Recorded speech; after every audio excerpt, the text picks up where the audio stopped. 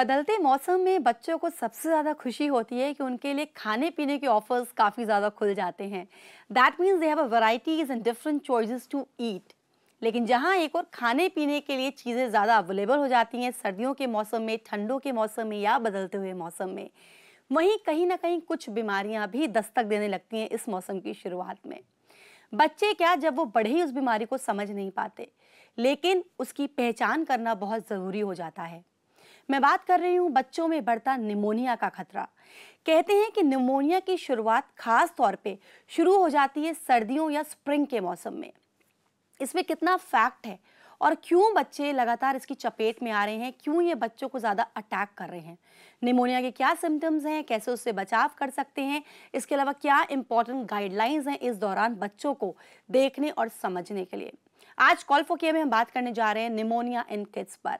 इस important topic पे information देने के लिए, प्रॉपर्ली आप सभी को और हम सबको गाइड करने के लिए हमारे साथ है doctor Anand Kumari Sharma, senior ayurvedic consultant. Doctor Sharma, welcome to the show. नमस्कार। जानना चाहूंगी, निमोनिया की अगर हम बात करते हैं, बेसिकली इसको कहा जाता है कि एक ऐसा रोग है जो शायद बहुत ही धीरे धीरे जाता है और या फिर नहीं जा पाता है। इसके सिम्टम्स लगातार बच्चों के साथ खास तौर पे बने रहते हैं। तो निमोनिया की इस बीमारी को, अगर हम निमोनिया की बात करते हैं, तो इसको इतना ज़्यादा खतरा क्यों माना जाता है? देखिए, ऐसा है कि पूरा शरीर का जो भी हमारा सिस्टम चलता है वो सब ऑक्सीजन पे डिपेंड करता है, और ऑक्सीजन को शरीर में पूरी तरह से पहुंचाने वाला अंग जो शरीर के अंदर है वो लंग्स हैं, जिनको हम आम भाषा में फेफड़े बोलते हैं। बिल्कुल। फेफड़े ऐसा काम करते हैं कि जो हम ऑक्सीजन हवा से लेते हैं वो शुद्ध ऑक्सीजन हमारे ब्लड के थ्रू पूरे ऑर्गन्स को जाती है और हमारा पूरी बॉडी का सिस्टम जो है वो चलता है। उसमें अगर किसी तरह का भी डिस्टरबेंस आता है, कोई व्यवधान आता है, तो हमारा पूरे शरीर की जो अंग हैं वो उचित रूप से काम नहीं कर पाएंगे। बिल्कुल। यहाँ पे इसीलिए ये बहुत जरूरी है कि हमें इसका पूरा ध्यान रखना चाहिए। बिल्कुल, ये बहुत इंपॉर्टेंट आपने बात बताई। हम लोग सांस लेते हैं और पहचानते हैं कि जीवित हैं, सांस ले रहे हैं, मतलब जिंदगी चल रही है। लेकिन जब उस सांस लेने में आने लगती है बाधाएं, आने लगती हैं दिक्कत, तो बट ऑब्वियस सी बात है कहीं ना कहीं हम लोग किसी रोग के लिए आगे बढ़ रहे हैं, तो उससे पहले हम लोग को अलर्ट हो जाना चाहिए। इसके बारे में और बातचीत करेंगे, लेकिन उससे पहले बात करेंगे, जुड़िए सरोज जी हमारे साथ। जी सरोज, बताएं। हेलो जी। हेलो। हाँ मैम, गुड आफ्टरनून। जी good afternoon Saroj ji. TV set का वॉल्यूम प्लीज बिल्कुल आप बंद करके हमसे बात करें। हेलो। हेलो जी। हाँ मैम, मेरी बेटी को 10 साल से करीब से तकलीफ है सांस लेने में। जी। मेरी बेटी बहुत सांस लेने में दिक्कत करती है, कभी कभी उसे बीच बीच में सर्दी गर्मी से अटैक पड़ते ही रहते हैं। जी। मैंने बहुत जगह इलाज करा लिया। मैं आज थैंक यू, आपने आज मेरा कॉल अटेंड किया, मैं उसके लिए बहुत बहुत धन्यवाद देती हूँ आपको। बिल्कुल सरोज जी, लगातार आप लोग की प्रॉब्लम्स को सॉर्ट आउट करने के लिए ही हम लोग यहाँ पर है। मैं जानना चाहूंगी आपकी बेटी की उम्र क्या है? मेरी बेटी की उम्र 12 साल हो चुकी है मैम। 10 साल से करीब 11 साल से मैं इलाज कराते कराते थक गई हूँ। बिल्कुल बिल्कुल। डॉक्टर शर्मा, आप बताएं, लास्ट 10 ईयर से उसको दिक्कत हो रही है सांस लेने में और उसको अटैक्स भी आ रहे हैं जी, तो what has to be done? देखिए सरोज जी, ऐसा है कि या तो आपकी बच्ची को इससे पहले कोई टाइफाइड या इस तरह की कोई डिजीज तो नहीं हुई है कि जिसके कारण से उसको सांस लेने में दिक्कत होती है। उसके नाक में तो कोई ऐसा नहीं है, कभी कभी बच्चों में पोलिप हो जाते हैं, उसकी वजह से भी सांस लेने में दिक्कत होती है। तो ये चीज़ आप रूल आउट करवाइए, और दूसरे उसको ये देखिए कि किसी चीज़ से एलर्जी तो नहीं है। जब बच्चे को एलर्जी होती है और वो चीज़ आप उसको देते रहते हैं, खाने में परहेज नहीं करवाते हैं, तो उस तरीके से उसको वो फिर सांस लेने में दिक्कत होने लगती है। ये सब चीज़ अगर नहीं है तो आप बच्ची को एक एक्सरे जरूर कराइएगा कि ये देखने के लिए कि उसकी लंग बिल्कुल क्लियर हैं या नहीं है।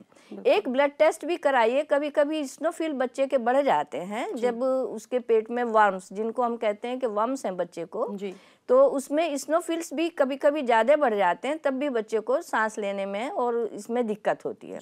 अगर ऐसा है तो फिर उसके लिए उचित ट्रीटमेंट के लिए आप जो भी आपके पास डॉक्टर हैं उनसे मिलिए, या फिर आप जो है हमें कॉल करिए, हम आपको ठीक से जवाब दें। बिल्कुल, कोई भी चीज़, कोई भी मेडिसिन स्टार्ट करने से पहले बहुत ज़रूरी हो जाता है प्रॉपर वो ट्रीटमेंट और उसके टेस्ट करवा लें। जो भी रिपोर्ट्स होगी उसके बिहाफ में फिर आपको बताया जाएगा फर्दर आपको क्या चीज़ें इंप्लीमेंट करनी है अपनी बेटी की ज़िंदगी में। और यहाँ पे हम बात करेंगे, प्रीति जी हमारे साथ जुड़ी हैं। जी प्रीति, बताएं। हाँ, hello hello hello. Preeti ji, आपकी आवाज़ काफ़ी कम आ रही है, थोड़ा सा तेज़ बोलें आप। हाँ, हेलो मैडम। जी हाँ, हमको ये अपने बेटे के बारे में आपसे क्वेश्चन पूछना है। जी वो 13 साल का पूरा हो गया है, उसके मुहासे निकलने लगे हैं। जी तो वो मुहासे निकलते हैं, चेहरे पे पूरे दाने निकलते हैं और दर्द होते हैं। जी। तो ऐसा क्या करें जो ठीक हो जाए? ओके, 13 साल का बेटा है, चेहरे पे मुहासे निकलते हैं काफ़ी और फिर वो दर्द भी करते हैं, तो क्या करें? देखिए प्रीति जी, आप ये बताइए कि बच्चे को कब्जी तो नहीं रहती जिसे कॉन्स्टिपेशन कहते हैं? जी, शायद संपर्क उनसे हमारा अगर टूट गया बच्चे को कॉन्स्टिपेशन है तो पहले उसको डाइजेस्टिव कोई भी चीज़ देते रहिए, जी। क्योंकि जब हमारा पाचन सही नहीं होगा तो उसके बाद जो है बच्चे को ये परेशानी शुरू हो जाती है कि मुहासे निकलने लगते हैं। जी। लेकिन साथ में आप ये कह रही हैं कि उसमें कभी कभी दर्द भी होता है और वो पस भी आ जाती है, तो ये इसके लिए प्रॉपर आप किसी त्वचा के रोग के विशेषज्ञ को दिखा लें, उससे उनको आराम आएगा। बिल्कुल, एक बार और पता चल जाएगा। तब तक आप ये करिए कि जिस चीज़ को देने से उस बच्चे को ज़्यादा मुहासे निकलते हैं वो आप मत खाने में उसको दीजिएगा। बिल्कुल, जब तक एलर्जी का रीजन या मेन फैक्टर पता नहीं चल जाता, कुछ चीज़ों को अवॉइड करना ज़रूरी उसको हो बिल्कुल जाएगा। आपको अवॉइड करना जी। चाहिए। डॉक्टर शर्मा, वापस मैं यहाँ बात करूंगी आपसे निमोनिया के बारे में। जैसे मैंने शुरुआत में भी बताया दर्शकों को कि कहते हैं कि निमोनिया की शुरुआत विंटर या स्प्रिंग सीजन में ज़्यादा होती है, ऐसा क्यों? ऐसा इसलिए होता है मैडम कि जो ये चेंज ऑफ सीजन होता है, इसमें हमारे एटमॉस्फेयर में एक चेंज आता है, उसी तरह से शरीर में भी चेंज आता है, और जिसको हम अपनी इम्यूनिटी कहते हैं वो थोड़ी डिस्टर्ब होती है। तो उसमें जो ऑर्गेनिज्म है वातावरण के अंदर, जिनको हम जीवाणु बोलते हैं, वो हैं, उनका इफेक्ट थोड़ा ज़्यादा होने लगता है। दूसरा, हम अपने जो दैनिक रूटीन है, जो हमारा खान पान है, हमारा रहने सहने का ढंग है, उसको हम ध्यान नहीं देते। जैसे आजकल के ही मौसम में एकदम से इतना जल्दी से बदलाव आया है, तो उसको हम समझ नहीं पा रहे हैं, और कुछ बच्चों को ठीक से कपड़े नहीं पहनाएंगे, अच्छे से सर्दी से बचाव नहीं करेंगे, तो नेचुरली एक प्रोसेस में चीज़ आ जाती है जिसको इन्फ्लेमेशन डेवलप होगी, ऑर्गेनिज्म अटैक करेंगे, तो ये चीज़ जो है ज़्यादा होती है। बिल्कुल, कहीं ना कहीं ये कह सकते हैं हम लोग की खुद छोटी छोटी सी जो बातें हम लोग इग्नोर कर जाते हैं अपने बच्चों की देखरेख में, वो भी एक बहुत बड़ा फैक्टर बन सकते हैं बच्चों को निमोनिया की चपेट में लाने के लिए। जैसे डॉक्टर शर्मा ने भी कहा कि इम्यून सिस्टम का प्रॉपरली वर्क करना बहुत ज़रूरी है। अगर आपका इम्यूनिटी पावर जो है वो वीक है, तो जाहिर सी बात है आपको ब्रीदिंग में भी दिक्कत आएगी, और आपके जो प्रॉपरली फंक्शंस हैं आपकी लाइफ के, वो धीरे धीरे कम होने लग जाएंगे, या कहीं ना कहीं उनमें दिक्कत आनी शुरू हो जाएगी। बात करते हैं, सिम्मी जी हमारे साथ जुड़ी हैं दिल्ली से। जी सिम्मी, बताएं। हेलो। हेलो। हाँ जी, गुड आफ्टरनून मैम। जी गुड आफ्टरनून सिम्मी जी, बताएं। हाँ जी मैम, एक्चुअली मेरी डॉटर है 14 इयर्स की जी। तो मैम उसको वो जब 1.5 मंथ की थी तब उसको निमोनिया अटैक हुआ। ओके। तो उसको मतलब कि 5 ईयर तक हर मंथ उसको निमोनिया अटैक मतलब कि हर 15 दिन बाद होता रहा। जी। तो अब वो 14 इयर्स की हो गई है और उसका मैंने बहुत जगह से चेकअप कराया। 3 साल से मैं होम्योपैथिक भी ले रही हूँ, और उसके अब मैंने अभी इस वीक से मैंने उसकी एलोपैथिक स्टार्ट करवाई, तो उन्होंने बोला इसकी नोज की हड्डी थोड़ी टेढ़ी है। ओके। तो मगर मतलब कि वो सुबह उठती है मैम, तो वो जो छींकना शुरू करती है, मतलब कि आप ये ले लें कि 30-40 छींके उसको सुबह उठते ही आ जाती। ओके जी। बेटी अब 14 साल की है, लेकिन जब 1.5 महीने की थी तब से निमोनिया के अटैक्स आ रहे हैं, प्लस डॉक्टर्स कह रहे हैं शायद उसकी नाक की हड्डी भी बढ़ गई है। जी देखिए, ऐसा है क्योंकि बच्चे को शुरू से ही जो है निमोनिया हुआ है, तो उसकी इम्यूनिटी तो एकदम से वीक हो गई। तो उसमें आपको प्रॉपर केयर करना चाहिए, सर्दी से बचाव करिए, बच्चे को नीचे अंडरगारमेंट्स अच्छे से पहनाइएगा, और डस्ट वाले वातावरण में, भीड़ वाले वातावरण में उस बच्ची को बिल्कुल ना जाने दीजिएगा। सबसे बड़ी बात यह है कि आजकल बच्चों को कोल्ड ड्रिंक्स का बड़ा शौक है, वो कोल्ड ड्रिंक्स बिल्कुल आप अवॉइड करो उस बच्ची को, और माँ का एक ये ड्यूटी बन जाती है कि किस चीज़ से उसको ज़्यादा होता है उस चीज़ से बच्चे को बचाए। दूसरी बात यह है कि जहाँ तक ये नाक की हड्डी बढ़ने वाली बात है, वो निमोनिया से उसका कोई संबंध नहीं होता। तो उसके लिए आप बच्ची को अगर आप कर सकते हैं तो या तो बादाम रोगन ले लीजिए या एक मार्केट से ले लें या किसी बराबर में कोई भी आयुर्वेद के आपके चिकित्सक हों उनको दिखाइए। एक अणु तेल आता है, उसका उपयोग कराएं। बच्ची को रात को नाक में सोते वक्त एक एक बूंद डालें उसकी नाक में, और सुबह भी जब वो स्कूल जाती है तो आप नहाने के बाद उसकी नाक में वो लगा के भेजें, ताकि जो बाहरी दस्त है और जो इन्फ्लेमेशन नाक के अंदर हो गई है वो थोड़ी सबसाइड होगी तो उसको छींके नहीं आएंगे। बिल्कुल, वो जो प्रॉब्लम है अपने आप कहीं ना कहीं दूर हो जाएगी। और कोशिश करनी चाहिए कि बच्चों को बदलते हुए लाइफस्टाइल में या फैशन में फिलहाल ना पड़ने दे। ठंडों का मौसम है, बच्चों की देखरेख बहुत जरूरी है। निमोनिया के अटैक पड़े या निमोनिया उनको आकर के अपनी चपेट में ले, उससे पहले सतर्क होना जरूरी है। फिलहाल कॉल फॉर केयर में वक्त हुआ एक बहुत छोटे से ब्रेक का। ब्रेक के बाद बताएंगे निमोनिया से आप कैसे बच सकते हैं, तो बने रहिए आप हमारे साथ।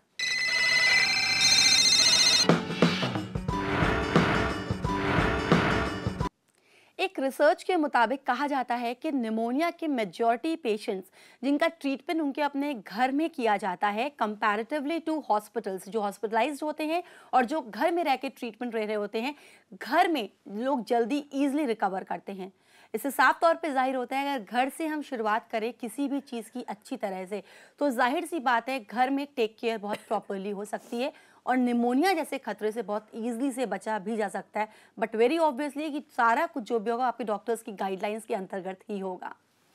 यहाँ पे आपसे मैं जानना चाहूँगी डॉक्टर शर्मा कि कहा जाता है pneumonia is a contagious disease. अगर any person who is suffering from pneumonia, उससे कोई भी चीज़ हम लोग को शेयर नहीं करनी चाहिए, उससे किसी भी तरह की कोई भी चीज़ हम लोग को लेनी देनी नहीं चाहिए। Everything has to be separated, वरना बहुत जल्दी दूसरे शख्स को भी निमोनिया होने के खतरे रहते हैं।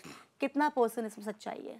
ये बिल्कुल सच्चाई है, क्योंकि निमोनिया जो है बैक्टीरिया से भी फैलता है, वायरस से भी फैलता है और कभी कभी ये फंगस से भी फैलता है।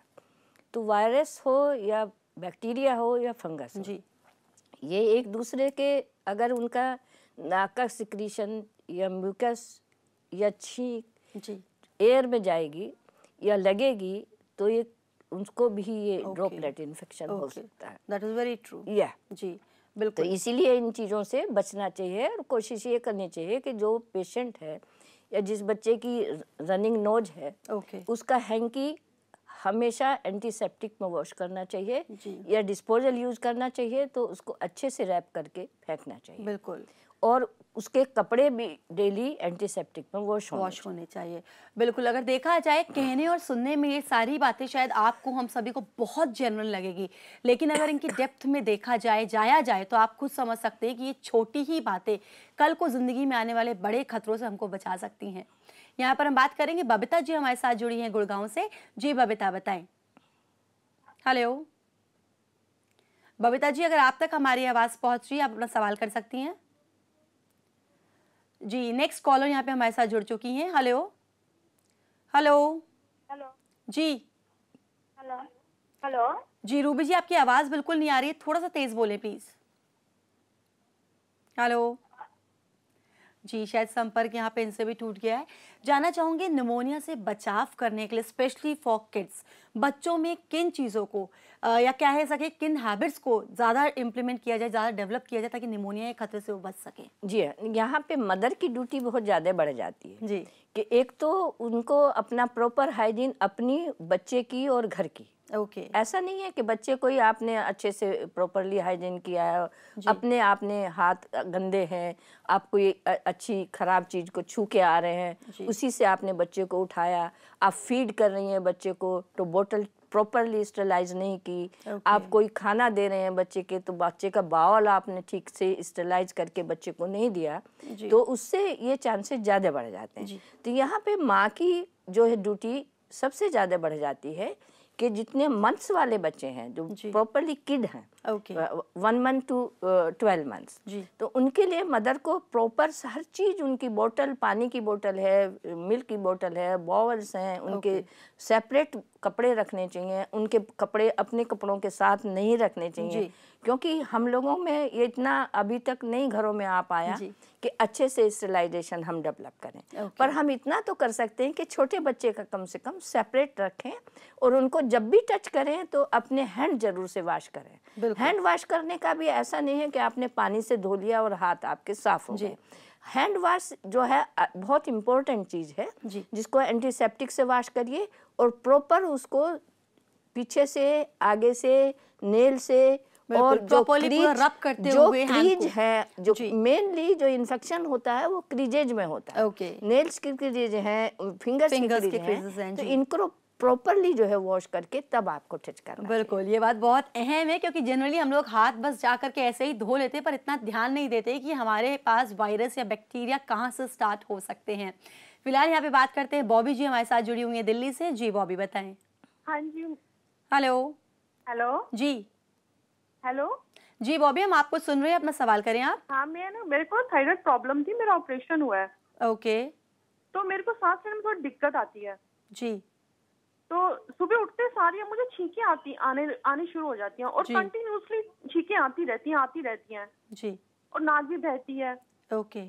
उसके बाद मैं कंट्रोल नहीं हो पाता, कई बार चक्कर भी आ जाते हैं।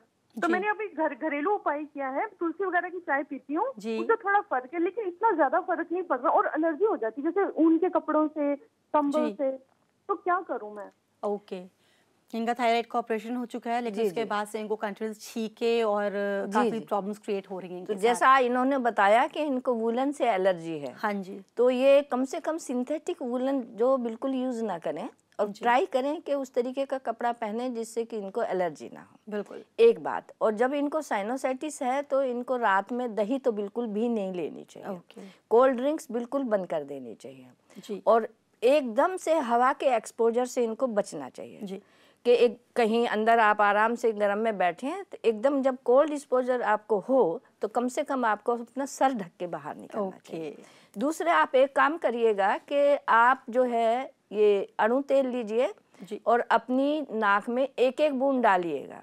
उसके साथ आप सुबह और शाम अगर कर सकती हैं तो अनुलोम विलोम करें। अनुलोम विलोम करना चाहिए। तो उससे जो आप थोड़ा सांस लेंगे और वो ऑयल आपके अंदर तक जाएगा, तो जहाँ जहाँ साइनोसाइटिस होता क्या है, ये जो हमारी नेजल जितना अंदर है, हमारा इंटरनल नेजल सेक्शन है, उसमें इन्फ्लेमेशन डेवलप हो जाती है। बिल्कुल, कहीं ना कहीं अगर सांस लेने में दिक्कत आ रही है तो प्रॉपर इनहेल करना और उसको प्रॉपर आउट करना बहुत जरूरी हो जाता है। उससे वो इन्फ्लेमेशन कम होगी तो इनको आराम रहेगा। तो वो आप अपने डेली रूटीन में ले आए उसको, और साथ में अगर आप ले सकते हैं तो आरोग्यवर्धनी एक गोली आती है आयुर्वेद की, आप किसी भी अच्छी मैन्युफैक्चरिंग ले लीजिए और 2 गोली सुबह 2 गोली शाम 15 दिन लें, और फिर एक एक गोली जो है सुबह शाम कंटिन्यू रखें कम से कम 2 महीने तक। बिल्कुल, अपना रूटीन ब्रेक नहीं करें, कंटिन्यू जो मेडिसिन बताई जा रही है उनको अपने फॉलोअप्स में लाएं। फिलहाल यहाँ पे फिर से एक वक्त हुआ एक बहुत छोटे से ब्रेक का, तो आप सब देखते रहिए call for care.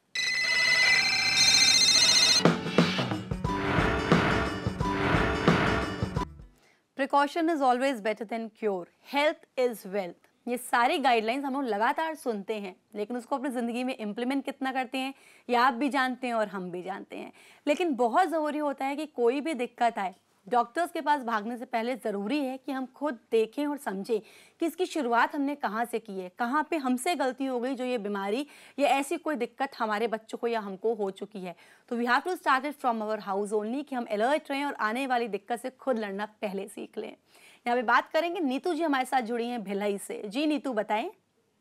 Good afternoon. जी गुड आफ्टरनून, बताएं। यहाँ मैं अपने हस्बैंड के बारे में बात करना चाहूँगी। वो 35 ईयर्स के हैं और लास्ट ईयर उनको निमोनिया हो गया था और 5 डेज के लिए हॉस्पिटलाइज करना पड़ा था मैम। तो मेरे को ये लग रहा है कि और पूरे साल भर उनको खांसी चलते रहती है, कभी कभी इतना तेज खांसी होती है कि एलोपैथिक मेडिसिन लेना पड़ता है तब वो कंट्रोल होती है। और खाने का उनका पूरा सिंपल है, कुछ भी ऐसा ठंडा कुछ खाते नहीं है, बहुत ही ज्यादा प्रिकॉशंस रहते हैं, घर का खाना खाते हैं, सब कुछ सही है, लेकिन फिर भी उनकी खांसी चलते रहती है। और मेरे को ये लग रहा है कि इस साल भी वो यानी कि फिर से निमोनिया ना हो जाए, इसलिए क्या करना चाहिए सर? जी, निमोनिया उनके हस्बैंड को पहले हो चुका है, एडमिट भी रह चुके हैं, बट स्टिल खांसी की प्रॉब्लम बनी हुई है। जी देखिए, उसमें ऐसा होता है, निमोनिया होने के बाद जो निमोनिया पैच बन जाते हैं वो बहुत मुश्किल से ही ठीक हो पाते हैं। तो इस वजह से जो लंग की कैपेसिटी है वो डिस्टर्ब हो जाती है, उनको खांसी आती है बार बार, तो ये परेशानी उनकी बनी रहती है। उससे बचने के लिए उनको एक तो प्रॉपर अपना चेस्ट पे अच्छे गर्म कपड़े रखने चाहिए जी। दूसरे कोई चीज़ ऐसी नहीं खानी चाहिए जिससे उनको जो है कफ जो है वो बने जी। साथ में ये च्यवनप्राश जो है वो ले, सुबह शाम दूध से च्यवनप्राश ले, और एक उनको थोड़ी सी ब्रीदिंग एक्सरसाइज, उसका अच्छा सा तरीका यही है कि वो अनुलोम विलोम करें जिससे कि प्रॉपर एक एक्सरसाइज लंग्स की चलती रहेगी और जो हेल्दी होंगे वो टिश्यूज़, वो खांसी अपने आप से उनकी कम होती चली जाएगी। उसके बाद भी अगर खांसी उन्हें आती है तो एक सीतोपलादी चूर्ण आयुर्वेद का मिलता है, उसको ले ले, उसमें अभ्रक, 1 रत्ती अभ्रक मिला लें जी, और 2 ग्राम के करीब सीतोपलादी चूर्ण ले जी। अच्छा शहद हो, शुद्ध शहद हो, क्योंकि आजकल शहद भी अच्छे नहीं मिल रहे जी। तो उसमें वो सुबह शाम अगर एक बार सुबह ही वो मॉर्निंग में देने तो उनको बहुत लाभ होगा और अच्छा उनको लगने लगेगा। बिल्कुल, जो भी हो बिल्कुल नेचुरल, बिल्कुल घरेलू हो, ताकि किसी का साइड इफेक्ट होने के चांसेस नहीं, उसका कोई साइड इफेक्ट नहीं, उसमें कुछ भी लेंगे उनके लंग्स को ताकत मिलेगी और जो उनको खांसी आती है उसमें लाभ होगा। बिल्कुल, that was very nice. Pneumonia के जो सिम्टम्स हैं, किस तरह निमोनिया से बच सकते हैं, क्या उपाय करने हैं, क्या प्रिकॉशंस लेने हैं, बहुत अच्छी तरह आपने यहाँ बताया और यहाँ आई उसके लिए thank you so much. Thank you.